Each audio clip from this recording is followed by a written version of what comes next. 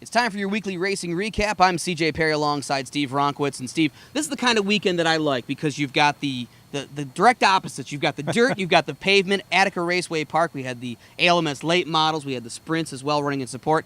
And on the pavement side at Sandusky Speedway, we had the High Miler. What a fantastic race that always is. Yeah, the High Miler is the highlight of Sandusky Speedway's season.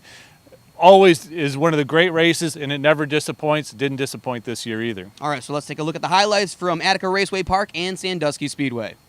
Great racing all the way around, and with the late models, Matt Iree really liked the track because he was absolutely cruising to a victory, he thought, until he broke his steering on lap number 24. Yeah, 24th lap of a 30-lap race. Indeed, he was so far out in front a couple of times, we thought nobody was going to catch him. Markham was kind of trailing a little bit, kind of seeing what was going to go on. He was the guy kind of in the catbird seat, just waiting to see what was going to happen.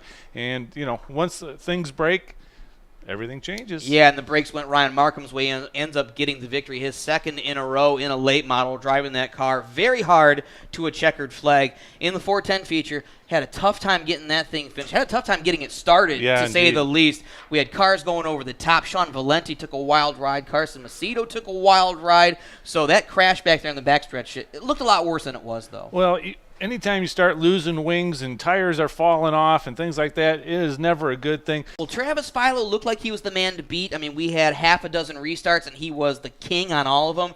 But you never count Byron Reed off. I said this before, and I'll say it again. I don't know if anybody can track through traffic better than Byron Reed. In the 305 division, another tough race to get started.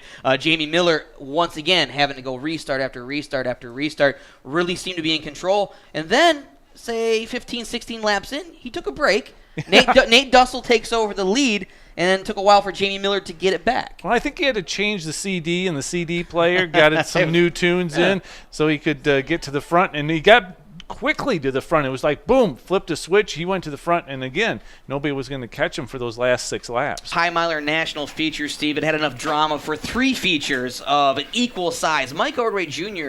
getting out and running absolutely away from this field. We didn't know if he could keep up for 100 laps, but he was running. He was getting away from everybody until right here he got messed up with somebody else's problem, and he was done for the night. Yeah, 3 cars stacked up. Bad way for Ordway to end his night. There you see Dave Schulich Jr. looking to add to his 2013 win total in the High Miler.